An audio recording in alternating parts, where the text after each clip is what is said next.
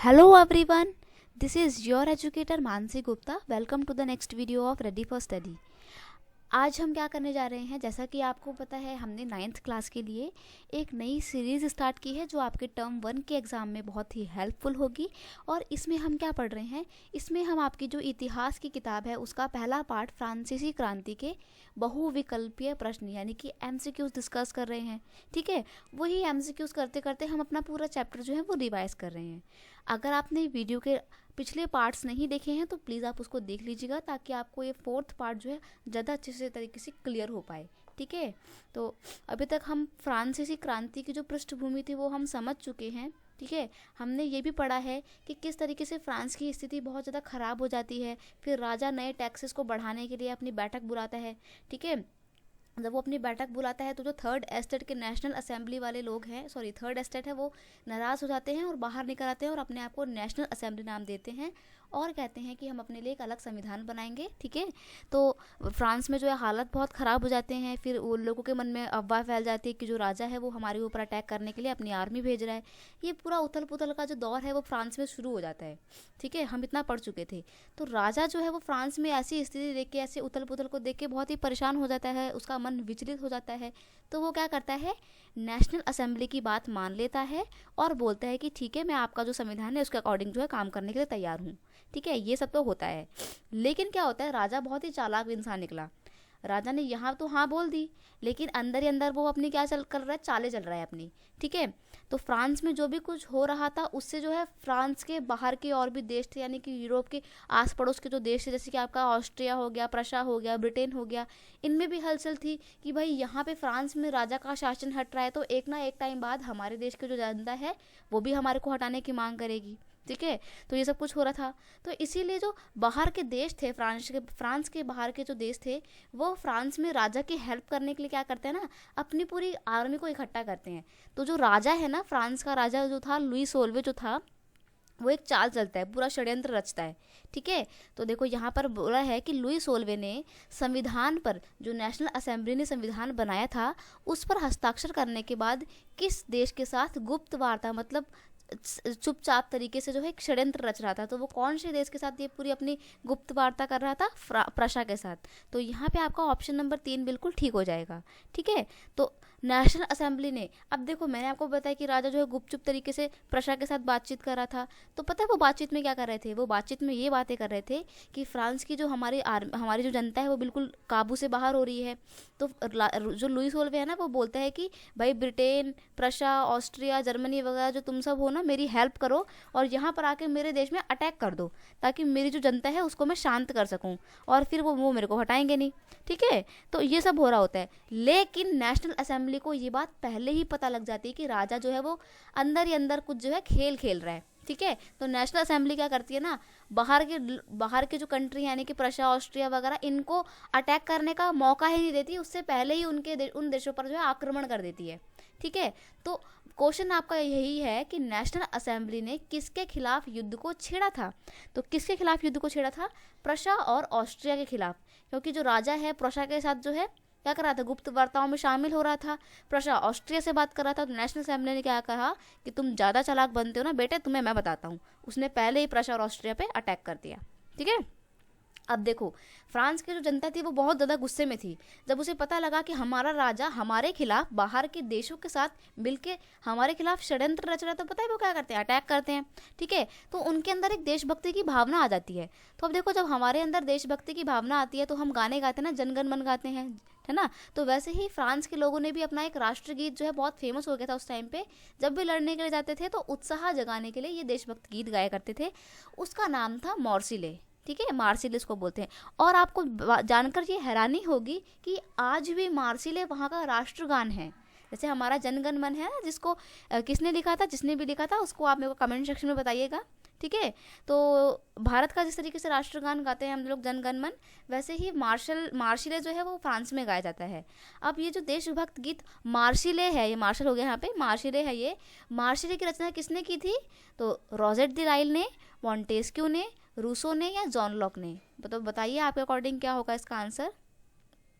हाँ, अगर आप सोच रहे हैं कि ऑप्शन नंबर ए बिल्कुल ठीक है, तो आप बिल्कुल सही हैं कि रॉजर द लाइल था, इसने इस गीत की रचना की थी। ठीक है, अब देखो रूसो कौन था, रूसो ने तो सोशल कॉन्ट्रैक्ट लिखा था। ओके, जॉन लॉक कौन था, जॉन लॉक ने ट्रीटीज ऑफ गवर्नमेंट लिखी थी। ओके, तो ये सारी बुक्स जो है आपको याद करनी है। सॉरी मैं गलत बोल गई, मॉन्टेस्क्यू ने लिखी थी स्पिरिट ऑफ द लॉज, और सोशल कॉन्ट्रैक्ट लिखी थी आपकी रूसो ने। ठीक है, नेक्स्ट है आपका, देश की जनसंख्या को ऐसा क्यों लगता था कि क्रांति के सिलसिले को आगे बढ़ाने की आवश्यकता है। अब देखो, नेशनल असेंबली ने जो संविधान बनाया उसको सब लोग मानने के लिए तैयार थे, लेकिन फिर भी जब फ्रांस में स्थिति खराब होती है तो कुछ लोग कहते हैं कि हमारे को ये जो क्रांति का सिलसिला चल रहा है ना, इसको कंटिन्यू रखना चाहिए। तो ऐसा उन्हें क्यों लग रहा था कि हमारे को इस क्रांति के सिलसिले को आगे रखना चाहिए। तो पढ़ते हैं हम अपने ऑप्शन। पहला ऑप्शन है क्योंकि राजा संविधान का ठीक से पालन नहीं कर रहा था, क्योंकि लोग अभी भी आर्थिक मंदी में फंसे हुए थे, या फिर क्योंकि 1791 के संविधान से केवल अमीरों को ही राजनीतिक लाभ मिलते थे, या फिर ऑप्शन नंबर 1 और 2 दोनों। देखो, जब ऐसे क्वेश्चन होते हैं तो बच्चा परेशान हो जाता है, बच्चे को समझ में नहीं आता है। अगर उसने बारीकी से चैप्टर नहीं पढ़ा होगा तो आप बच्चे क्या करेंगे ना, ऑप्शन नंबर 4 पे टिक करके आ जाएंगे, और अगर आपने ऐसा करा ना तो आप बिल्कुल गलत हो जाओगे।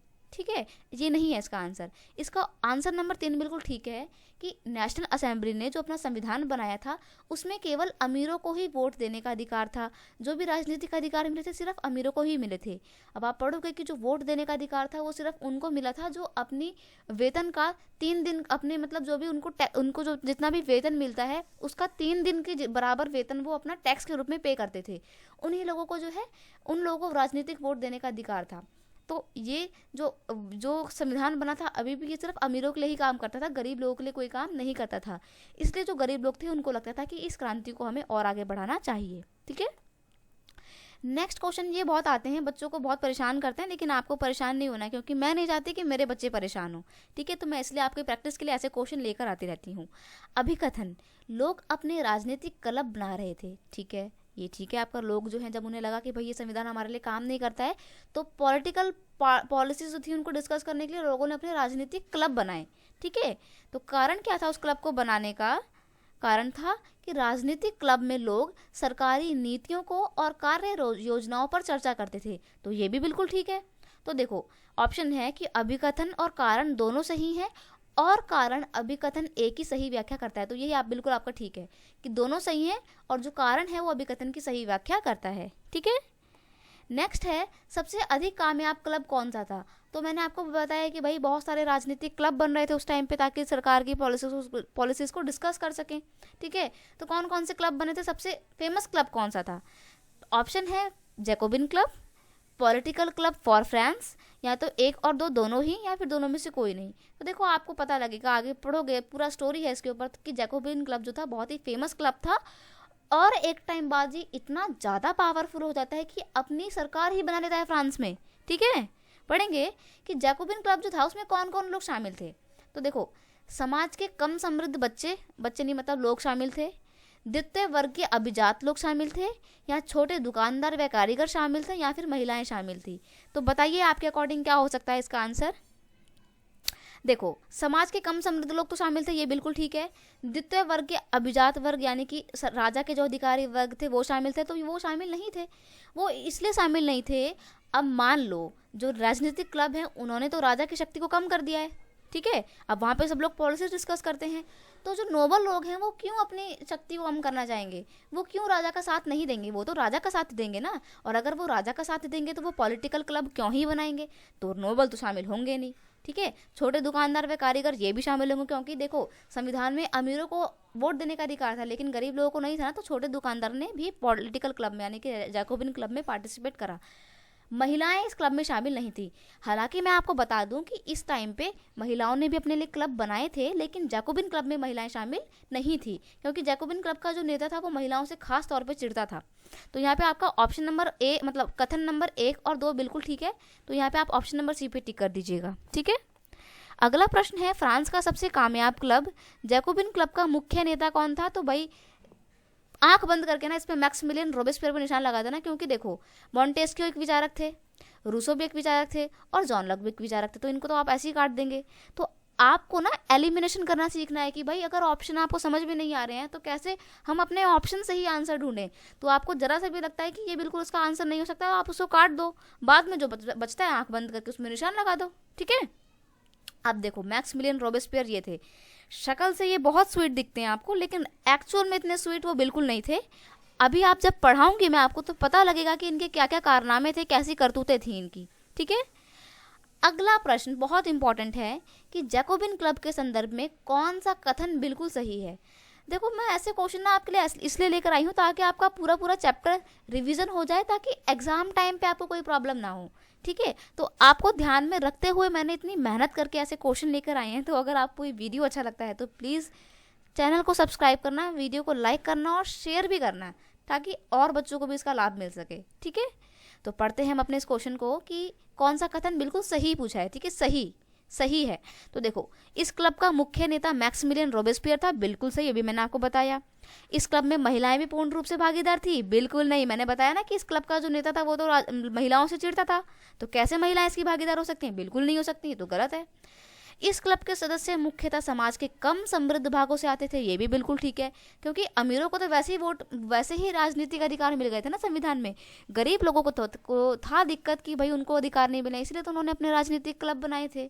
ठीक है, इस क्लब में पादरी और अभिजात वर्ग शामिल थे, बिल्कुल नहीं, अगर वो शामिल होते तो उनको राजा को हटाने की जरूरत ही क्यों पड़ती। ठीक है, जैकोबिन ने गोदी कामगारों की भांति धारीदार लंबी पतलून पहनने का निर्णय लिया, ये भी बिल्कुल ठीक है। इसके बारे में हम अभी आगे और डिस्कस करेंगे डिटेल में।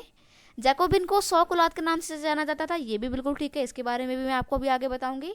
तो हमारे कौन कौन से ठीक निकले, 1, 3, 5 और 6। तो देखो भाई कौन सा ऑप्शन है, 1, 2, 3, 4 ये नहीं है, 1, 3, 5, 6 ये है आपका, ऑप्शन नंबर बी बिल्कुल ठीक हो जाएगा आपका यहाँ पे। ठीक है बच्चे, अगला क्वेश्चन है, जैकोबिनों को 100 कुलात के नाम से जाना जाता था, जिसका शाब्दिक अर्थ है। अब देखो 100 कुलात का मतलब क्या होता है, जैकोबिन क्लब के वास्तविक सदस्य, महिला सदस्य, क्लब उच्च सदस्य या फिर बिना घुटने वाले।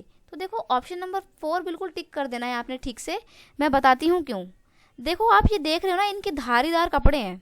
ठीक है, ये धारीदार कपड़े पता क्या दिखाते हैं, धारीदार कपड़े दिखाते हैं कि भाई हम बहुत ही साधारण लोग हैं और हम जो है ब्रीचेस नहीं पहनते हैं। अब आप में से बहुत बच्चे होंगे जिनको नहीं पता होगा कि ब्रीचेस क्या होता है। तो देखो ये आपको फोटो दिख रही है, इसमें आप देख रहे हो इन्होंने अपने पैरों में बूट्स पहने हुए हैं और ये पूरा एक ऐसे ऊपर से इन्होंने कुछ लगा रखा है, ये देख रहे हो आप, ये चीज़ देख रहे हो, ये क्या है, इसे बोलते हैं ब्रीचेस।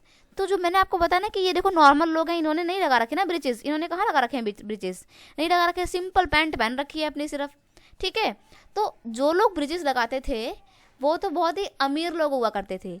जैकोबिन क्लब जो थे, जैकोबिन क्लब के मेंबर, ये बहुत ही साधारण कपड़े पहनते थे, ब्रीचेस नहीं पहनते थे, तभी ये लोग क्या कहलाते थे, 100 कुलौत कहलाते थे। तो जैकोबिन क्लब के मेंबर को 100 कुलौत भी कहा जाता था, और जिसका शाब्दिक अर्थ है बिना घुटने, यानी कि बिना ब्रीचेस वाले लोग। और बिना ब्रीचेस वाले कौन लोग होते हैं, जो साधारण होते थे, अमीर नहीं होते थे। ठीक है, अगला क्वेश्चन है, सन 1792 में जैकोबिनों ने एक बड़े हिंसक विद्रोह की योजना बनाई थी। अब उन्होंने ऐसी योजना क्यों बनाई थी, तो इसको मान लो ये 1 है और ये 2 है। ठीक है, यहाँ पे लिख लेना आप, ये आपका ये 2 है। तो बताओ, खाद्य पदार्थों की बढ़ती कीमतों की नाराजगी जताने के लिए, ये ठीक है आपका। राजा लुई 16वें के द्वारा पुनः अपनी सत्ता स्थापित करने के कारण, ये गलत है आपका, क्योंकि जो नेशनल असेंबली थी उसने तो वो मौका ही नहीं दिया ना राजा को अपनी योजना को, अपने षड्यंत्र को सक्सेसफुल बनाने का और अपनी सत्ता को दोबारा स्थापित करने का, ये तो मौका ही नहीं मिला था उसको, राजा को। तो यहाँ पे आपका सिर्फ ऑप्शन नंबर 1 बिल्कुल ठीक है, मतलब कथन 1 सही है। ठीक है, अगला प्रश्न है, 1792 में हुए दूसरे चुनावों में किसे वोट देने का अधिकार था। अब देखो नेशनल असेंबली की जो सरकार बनती है उसमें राजनीतिक अधिकार किसको मिला हुआ था। तो देखो 18 वर्ष से अधिक उम्र के सभी पुरुषों व महिलाओं को, नहीं महिलाओं को तो नहीं मिला है वोट। 30 वर्ष से अधिक उम्र के पुरुषों को, ओके। 25 वर्ष से अधिक उम्र के भूमिवान व संपत्तिवान पुरुषों को, ओके। या फिर 25 वर्ष से अधिक उम्र के सभी पुरुषों को जिनके पास दौलत हो या नहीं हो। तो यहाँ पर आपका 4 ठीक है बिल्कुल। 25 वर्ष से अधिक उम्र के सभी लोगों को, सभी जेंट्स को वोट डालने का अधिकार था, चाहे वो अमीर हो, गरीब हो, कितना भी कमाते हो, भूमि हो या ना हो, कोई फर्क नहीं पड़ता। अगर आप 25 वर्ष से ज़्यादा उम्र के इंसान हैं, व्यक्ति हैं, पुरुष हैं, तो आपको वोट देने का अधिकार है। ठीक है, अगला प्रश्न है, दूसरे चुनावों के बाद चुनी गई असेंबली को क्या नाम दिया गया था? एस्टेट, रिपब्लिक, कन्वेंशन या इसमें से कोई नहीं? तो देखो एस्टेट क्या था, फ्रांसीसी समाज में जो अलग अलग वर्ग थे उन वर्ग को एस्टेट कहते थे। रिपब्लिक तो बिल्कुल नहीं है, तो आपका यहाँ पे ऑप्शन नंबर 3 बिल्कुल ठीक है, कन्वेंशन। ठीक है, तो नई असेंबली जो बनी थी, जो नेशनल असेंबली ने जो अपनी नई सरकार बनाई थी चुनने के बाद, उसको कन्वेंशन का नाम दिया था उन्होंने। ठीक है, नेक्स्ट है, लुई सोलवा को देशद्रोह के जुर्म में कब और कहाँ पे फांसी की सजा सुनाई गई थी? अब देखो मैंने आपको बताया कि भाई फ्रांस की जो जनता थी बड़ी गुस्साई हुई थी, राजा की हरकतें ऐसी थी। ठीक है, क्योंकि और जो नया संविधान बना था उसमें अमीरों को भी बहुत ज़्यादा अधिकार मिले नहीं थे, राजा जो है षड्यंत्र रच रहा था, तो लोग बहुत दुखी हो गए थे। उन्होंने क्या करा ना भाई, बोला बस बहुत हो रहा है राजा का, 1793 में जो है उसको क्या करा, चढ़ा दिया कहाँ पे, सूली पे चढ़ा दिया। तो 21 जनवरी 1793 प्लेस डी ला कॉनकाई में राजा लुई सोलवे को जो है क्या करा, फांसी पर चढ़ा दिया गया। और यही सेम हस्न उनकी जो हुस्न था उसका किसका हुआ, उनकी रानी जो थी मैरी एंटोनेट, जो ऑस्ट्रिया की राजकुमारी थी, जिससे उनकी 20 साल की उम्र में शादी हुई थी, उसको भी फांसी की सजा दे दी गई थी कुछ टाइम बाद ही। ठीक है, तो नेक्स्ट है, कन्वेंशन ने इसमें से क्या निर्णय नहीं दिया था? अब देखो नेशनल असेंबली ने वोटिंग करवाई, वोटिंग करके नई सरकार बनी, तो जो नई सरकार बनी थी उसने कौन कौन से चीज़ों को नहीं लेकर आई थी वो? तो देखो फ्रांस को गणतंत्र घोषित कर दिया था, तो ये तो किया था। राजतंत्र की समाप्ति कर दी थी, ये भी किया था। फ्रांस को संवैधानिक राजतंत्र घोषित कर दिया था, ये नहीं किया था। ठीक है, ये तो बिल्कुल नहीं किया था। सभी पुरुषों व महिलाओं को वोट देने का अधिकार दिया था, ये भी नहीं दिया था। तो यहाँ पे आपका 3 और 4 बिल्कुल ठीक है। ठीक है, तो देखो ऑप्शन यहाँ पर ऑप्शन नहीं है आपको। ठीक है, ये देखो गलती से यहाँ पे मैंने 2 लिख दिया, ये नहीं था आपका। ऑप्शन नंबर बी बिल्कुल ठीक है। ठीक है, 3 और 4, ओनली 3 और 4। ठीक है, कन्वेंशन ने यही निर्णय नहीं लिए थे कि फ्रांस को गणतंत्र घोषित नहीं किया था, सॉरी गणतंत्र घोषित किया था लेकिन संवैधानिक राजतंत्र घोषित नहीं किया था, बल्कि राजतंत्र की तो समाप्ति कर दी थी। ठीक है, और महिलाओं को वोट देने का अधिकार नहीं दिया था, सिर्फ पुरुषों को वोट देने का अधिकार दिया गया था। और वोट देने के टाइम पे उनकी जो आर्थिक स्थिति थी कि मतलब कितना पैसा है कितना नहीं है, इसको ध्यान में नहीं रखा गया था। ठीक है, अगला प्रश्न है, किस अवधि को आतंक का युग कहा जाता है? भाई कौन सी अवधि थी जिसको आतंक का युग कहा जाता है? अब हम यहाँ पे धीरे धीरे जैकोबिन क्लब और रोबेस्पियर पे आएंगे। ठीक है, तो यहाँ पे आपका ऑप्शन नंबर 3 बिल्कुल ठीक है। 1793 से 94 की जो काल अवधि है उसको आतंक का युग कहा जाता है। और क्यों कहा जाता है वो भी हम आपको बताएंगे कि किस तरीके से मैक्सिमिलियन रोबेस्पियर जो था उसने अपनी काली करतूतों से लोगों को बहुत परेशान कर दिया था, तो एक आतंक का शासन उसने स्थापित किया था। ठीक है, रोबेस्पियर जो था एक ऐसा बंदा था जिसने गणतंत्र को बिल्कुल अच्छी तरीके से स्थापित करने की कोशिश की, कि उसका मानना था कि भाई फ्रांस पूरी तरीके से गणतंत्र होना चाहिए, और जो भी लोग गणतंत्र के दुश्मन हैं उसने उनके खिलाफ बहुत ही कड़ी, बहुत ही सख्त नीति अपनाई। तो उसके अकॉर्डिंग गणतंत्र के दुश्मन से यहाँ पे क्या अभिप्राय है, किसको वो गणतंत्र का दुश्मन मानता था? पादरी और कुलीन, बिल्कुल ठीक, क्योंकि वो पादरी और कुलीन तो राजा का शासन चाहते थे, और वो लोग राजा का शासन इसलिए चाहते थे क्योंकि जब राजा का शासन था तो उनको लाभ मिलते थे, उन्हें टैक्स वसूलने का अधिकार मिलता था, और उन्हें सभी प्रकार के करों से छूट मिली हुई थी, वो किसी तरीके का कोई टैक्स पे नहीं करते थे। मैंने आपको प्रीवियस वीडियो में बताया ये बात, अगर आपने वो नहीं देखी तो प्लीज़ देख लीजिएगा, डिस्क्रिप्शन में मैं आपको लिंक दे दूंगी उस वीडियो का। ठीक है, और दूसरे दल के सदस्य, ये भी बिल्कुल ठीक है। भाई एक बात बताओ, कोई भी पॉलिटिकल पार्टी अपनी विरोधी पॉलिटिकल पार्टी के सदस्यों को तो दुश्मन की नज़रों से देखेगी ना, तो यहाँ पर ये भी ठीक है आपका। अगला प्रश्न है, उसकी कार्यशैली से इत्तेफाक ना रखने वाले पार्टी के सदस्य, ये भी ठीक है। यानी कि जो भी लोग उसकी कार्यशैली से विरोध करते थे, भले ही वो उसकी पार्टी के हों, लेकिन अगर उसकी नीति का वो विरोध करते थे वो उसको भी फांसी की सजा दे देता था। ठीक है, तो बड़ा ही क्रूर बंदा था वो। तो यहाँ पे आपके उपरोक्त सभी बिल्कुल सही है। ठीक है, तीनों ऑप्शन सही हैं। अगला प्रश्न है, रोबेस्पियर दोषियों को किस प्रकार की सजा देता था? भाई उसकी सजा देने का तरीका बहुत अलग था। फांसी की सजा सुनाकर ना इतनी आसानी से नहीं मारता था वो। उम्र कैद की सजा ये तो बिल्कुल नहीं करेगा, आराम से थोड़ी मारेगा कोई। बीच चौराहे में पत्थर मरवा कर ये लग सकता है बच्चों को, लेकिन आपको ध्यान रखना है गिलोटिन का नाम आएगा यहाँ पे आपका, एक गिलोटिन पे चढ़ाता था। अब देखो गिलोटिन क्या था ये आगे बताऊंगी, मैं इसके ऊपर एक क्वेश्चन लेकर आई हूँ। गिलोटिन एक ऐसी मशीन थी, चलो छोड़ो सस्पेंस छोड़ते हैं, आगे अगले क्वेश्चन में देखेंगे इसको। राइट, चलो क्वेश्चन नंबर 63 है, रोबेस्पियर ने कौन कौन से कानूनी निर्णय लिए थे? कौन कौन से उसने निर्णय लिए थे? तो देखो, मजदूरी, एवं कीमतों की अधिकतम सीमा तय कर दी थी। बिल्कुल सही। देखो आपको पता है कि फ्रांस में कीमतें बहुत तेजी से बढ़ रही थी, बंदे बहुत परेशान थे, तो उसने क्या करा, कोई भी जमाखोरी नहीं करेगा, जो कीमत रॉबेस्पियर ने तय कर दी उसी कीमतों पर सामान बेचा जाएगा, और अगर किसी ने हिमाकत करी कि ज़्यादा कीमतों पर आप बेच रहे हो तो उसकी तो फिर गर्दन कटा है गिलोटिन पे। ठीक है। गोश्त एवं पाव रोटी की राशनिंग के, ये भी बिल्कुल ठीक है। ठीक है। कृषकों को अपना अनाज सरकार के द्वारा तय कीमतों पर बेचने के लिए बाध्य किया, ये भी ठीक है। अब देखो कोई भी किसान मनमानी ना करे, अपने अनाज का जमाखोरी ना करे, जमाखोरी मतलब इकट्ठा करके रख लिया और जब लगता है कि प्राइस ज़्यादा हो गया तो तब बेचना, ऐसा नहीं करेगा कोई भी। सरकार ने जो कीमत तय करी है किसानों को उसी कीमत पे अपना अनाज बेचना पड़ेगा, उसने इसका कानूनी निर्णय ले लिया था। महंगे सफ़ेद आटे के प्रयोग पर रोक लगा दी थी, ये भी किया था। सभी नागरिकों के लिए क्षमता रोटी खाना अपरिहार्य कर दिया था, ये भी ठीक है। देखो सफ़ेद आटे की जो रोटी होती थी ना, जो थोड़े अमीर लोग खाते थे, उसने रोक लगा दी। उसने कहा कि भाई अमीर और गरीब का जो भेद है उसको हटाना है, जो गरीब खाता है वही अमीर भी खाएंगे। ठीक है। तो सफ़ेद आटे के प्रयोग पर बिल्कुल रोक लगा दी। तो यहाँ पे आपका सारे सही है, ऑप्शन नंबर डी बिल्कुल ठीक हो जाएगा, उपरोक्त सभी। ठीक है। कोई कंफ्यूज नहीं होना, रॉबेस्पियर बड़ा ही कट्टर किस्म का इंसान था। उसने अमीर और गरीब के मध्य में जो भी मतभेद थे उसको हटाने का पूरा फुल प्रयास किया और गणतंत्र को बिल्कुल मजबूती से स्थापित किया। लेकिन जब कोई इंसान बहुत ज़्यादा सख्ती करता है तो एक टाइम बाद क्या होता है, जनता यानी कि बच्चे तो बिगड़ेंगे ना भाई, तो वही हो रहा था। रोबेस्पियर ने फ्रांसीसी पुरुषों व महिलाओं को किस नाम से संबोधित करने का निर्णय लिया। अब देखो वो इतना बंदा ऐसा यार बहुत सनकी इंसान था वो, मैं क्या बताऊँ आपको। हम लोग मिस्टर और मिसेस बोलते हैं ना, उसने बोला कि भाई जो अमीर लोगों को हम लोग इतनी इज्जत देते हैं ना, देने की कोई ज़रूरत नहीं है, चाहे अमीर हो चाहे गरीब हो, सबको सितोयेन और सितोयिनी कह के बुलाया जाएगा, चाहे अमीर पुरुष हो और गरीब पुरुष हो। अगर पुरुष है तो सितोयेन बोला जाएगा और सितोयिन बोला जाएगा अगर कोई महिलाएं हैं तो।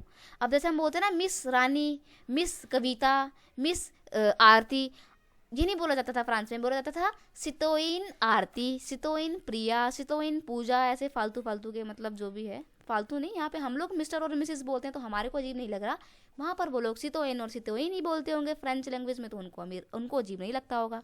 ठीक है। अब देखो मैंने आपको बताया कि भाई रोबेस्पियर क्या था, बड़ा ही सनकी बंदा था। अब देखो, अब मान लो कोई बंदा सनकी है, परेशान कर रहा है लगातार अपनी जनता को, तो भाई जनता भी एक टाइम पे परेशान हो जाएगी ना।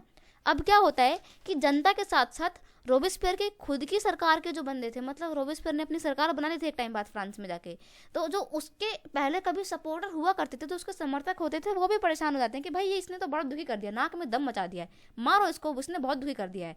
तो यहाँ पर 1792 में ऐसा होता है कि जिस रोबेस्पियर ने गिलोटिन को इतना प्रचलित कर दिया था, अपने जितने भी विरोधी थे सबको गिलोटिन पर चढ़ाता था, एक टाइम बाद ऐसा होता है कि उसके खुद के समर्थकों ने उसको गिलोटिन पे चढ़ा दिया था। ठीक है। और उसकी गर्दन काट दी थी। अभिकथन और कारण, ये क्वेश्चन फिर से आ गया, आपको पता है ये क्वेश्चन पेपर में बहुत आने वाला है, मुझे पता है इस बार आपके पेपरों में ऐसा अभिकथन और कारण वाले क्वेश्चन बहुत आएंगे। बिल्कुल कंफ्यूज नहीं होना है आपको, एक ऐसा क्वेश्चंस की स्पेशल प्रैक्टिस करनी है। ठीक है। रोबेस्पियर ने नियंत्रण एवं सजा की सख्त नीति अपनाई, बिल्कुल सही है ये तो। उसने उन सभी को गिरफ्तार कर जेल में बंद कर दिया जो मौत कर दिया या मौत के घाट उतार दिया जो गणतंत्र के दुश्मन थे, तो ये भी ठीक। मैंने आपको बताया ना कि वो गणतंत्र को बहुत ही मजबूती के साथ फ्रांस में स्थापित करना चाहता था, तो जो भी लोग गणतंत्र का विरोध करते थे वो उनको उसकी टिकट काट देता भाई ऊपर की। ठीक है। तो यहाँ पर 1 और 2 बिल्कुल ठीक है, और जो आपका कारण है वो अभिकथन की बिल्कुल सही व्याख्या करता है, तो यहाँ पे ऑप्शन नंबर 1 बिल्कुल ठीक हो जाएगा। ठीक है बच्चे। अगला क्वेश्चन है गिलोटिन क्या है। बस भाई हमारा सस्पेंस खत्म हुआ कि गिलोटिन क्या थी। गिलोटिन एक ऐसी मशीन थी जिसमें 2 खंबे व एक आरी लटकी हुआ करती थी और जिस पर भी और उस पर एक इंसान का सिर रखकर काटा जाता था। ठीक है। इसी मशीन पर सिर रखकर किसका काटा गया था, रोबेस्पियर का काटा गया था। ठीक है। और अब आप सोच रहे हो कि भाई ये गिलोटिन गिलोटिन बड़ा अजीब सा नाम है, बड़ा फनी नेम है, तो मैं आपको बता दूं कि जिसने इस मशीन को बनाया था ना, उस बंदे का नाम था डॉक्टर गिलोटिन, और उस बंदे के नाम पे इस मशीन का नाम भी गिलोटिन पड़ गया था। अब आपको मैं एक इमेज दिखा देती हूँ कि भाई कैसी होती थी। ये लकड़ी के 2 खंबे हैं, ठीक है, और ये आपकी जो है ना पेना सा ये ब्लेड है, आरी जिसको बोलते हैं, यहाँ पर एक बंदे का सर रखा जाता था। ठीक है। और क्या करते थे, ये रस्सी खींच देता था बंदा, ये जो रस्सी देख रहा ना, ये वाली रस्सी, इस रस्सी को ये बंदा खींच देगा, एकदम से आरी नीचे फटाक से आएगी झट से, और बंदे की गर्दन कट के अलग हो जाएगी। जैसे इसने ये पकड़ रखी है ना, अलग से गर्दन पकड़ रखी है ना, और पीछे डेड बॉडी पड़ी हुई है वो। तो ऐसे गर्दन कट जाती थी। बहुत सारी पुरानी मूवी भी मैंने देखी है, आपने शायद मूवी देखी होगी, क्या नाम था पुरानी मूवी, धर्मवीर, धर्मवीर नाम था उसका, जिसमें वो गाना है, 7 अजूबे इस दुनिया में 8वीं अपनी जोड़ी, वो दोनों दोस्त होते ना, उस मूवी में मैंने ये गिलोटिन मशीन देखी थी। अगर आपने देखना कभी चांस मिले वो मूवी देखने का, काफ़ी पुरानी मूवी है, अच्छी, आपको इंटरेस्टिंग लगेगी, उसमें था ये सीन। ठीक है, अगला क्वेश्चन है, जैकोबिन के पतन के बाद किसकी सत्ता किसके अधिग्रहण में आती है। अब देखो भाई, जैकोबिन तो मर गया, ठीक है, गर्दन कट गई उसकी, किसकी सरकार बनेगी अब। बहुत सरकारें बन रही हैं भाई, पहले राजा बनता है, फिर नेशनल असेंबली आती है, फिर कन्वेंशन आती है, फिर जैकोबिन आते हैं, अब कौन आएगा, अब आएगा मध्यम वर्ग के समृद्ध बंदे, समृद्ध लोग आएंगे इसमें। ठीक है, और फिर समृद्ध लोगों के बीच में भी खटपट चलती है, फिर क्या होता है, नेपोलियन आता है।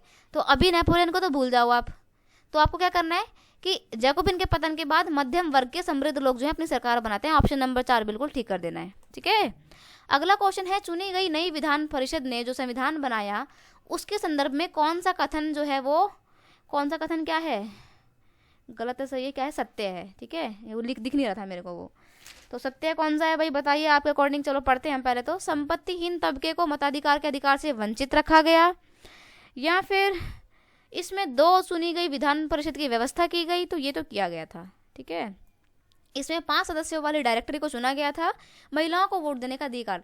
तो देखो भाई, जहां पर भी वोट देने की बात आती है ना, महिलाओं वाला ऑप्शन हमेशा कट कर देना है। महिलाओं को वोट देने का अधिकार फ्रांस में बहुत बहुत बाद में मिला था, समझ रहे हो, पूरा घटनाक्रम नेपोलियन की डेथ वेथ हो जाती है, मतलब मैं क्या बताऊं आपको, ये अधिकार मिला था 20वीं सेंचुरी में। फ्रांस की महिलाओं को 20वीं सेंचुरी में जाके ये अधिकार मिलता है वोट डालने का, तब तक महिलाओं को वोट देने का अधिकार बिल्कुल नहीं मिलता। तो जहां पर भी महिलाओं का कोई भी ऑप्शन आए वोट देने वाला, उसको एलिमिनेट कर देना है, काट देना है बिल्कुल।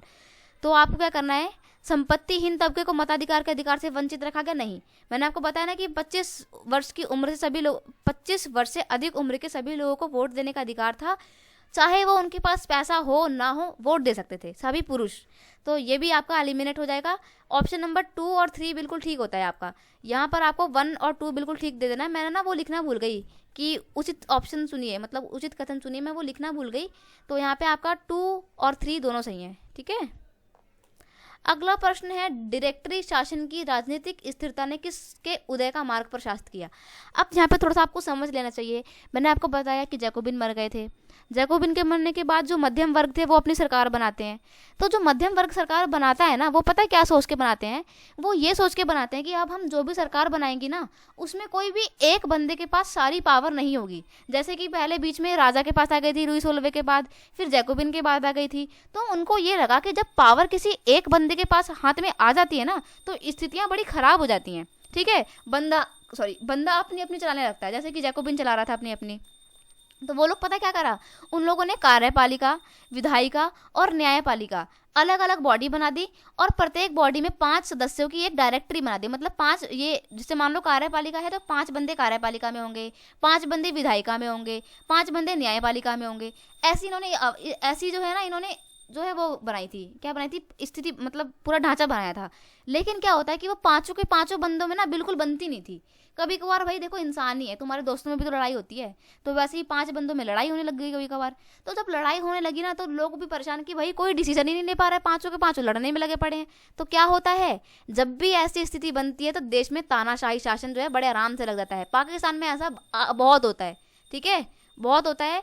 जब आपने पढ़ा होगा, आपकी जो राजनीति वाली जो किताब है, लोकतंत्र क्या और लोकतंत्र क्यों वाली, उसमें आपने पढ़ा होगा जनरल परवेज मुशर्रफ जो है वो भी अपनी तानाशाही सरकार बना लेते हैं। तो उसके पीछे भी कहीं ना कहीं कारण यही होता है कि पाकिस्तान में स्थिति बहुत खराब होती है। ठीक है, तो बस फिर क्या होता है, वहाँ पे तानाशाही अपनी जो है अपनी सरकार बना लेते हैं परवेज मुशर्रफ। ज़्यादा डिटेल में नहीं जाएंगे, जब हम वो चैप्टर डिस्कस करेंगे तब हम आपको बताएंगे। लेकिन अभी यहाँ पे मैं बता देती हूँ कि जब डायरेक्टरी का शासन ठीक से काम नहीं कर पाता है, दिक्कतें आती हैं, तो उसके बाद किसकी सरकार बनती है, नेपोलियन बोनापार्ट की सरकार बनती है। ठीक है, बस आपका ये आज का लेक्चर इतना था। आई होप आपको ये पूरा समझ में आ गया होगा यहाँ तक। ठीक है, अब हम नेक्स्ट वीडियो में ना विमेंस वाला पोर्शन करेंगे कि महिलाओं का जो था क्रांति में क्या रोल था। महिलाओं ने बढ़ चढ़ कर हिस्सा लिया था, लेकिन उन्होंने जितना भाग लिया ना क्रांति में, उतना उनको मिला नहीं, उनको वोट देने का अधिकार मिला नहीं।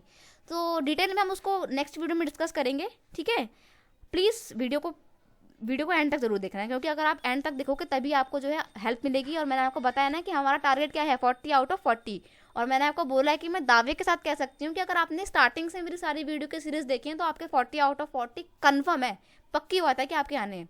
ठीक है, तो बस इसको अपने दोस्तों के साथ भी शेयर करना है, और अगर वीडियो अच्छा लगता है तो प्लीज़ यार लाइक कर देना, बहुत मेहनत लगती है। ठीक है, चैनल को सब्सक्राइब कर देना ताकि जो नेक्स्ट वीडियो में लेकर आऊँगी उसकी नोटिफिकेशन आपको जल्दी से जल्दी मिल जाए।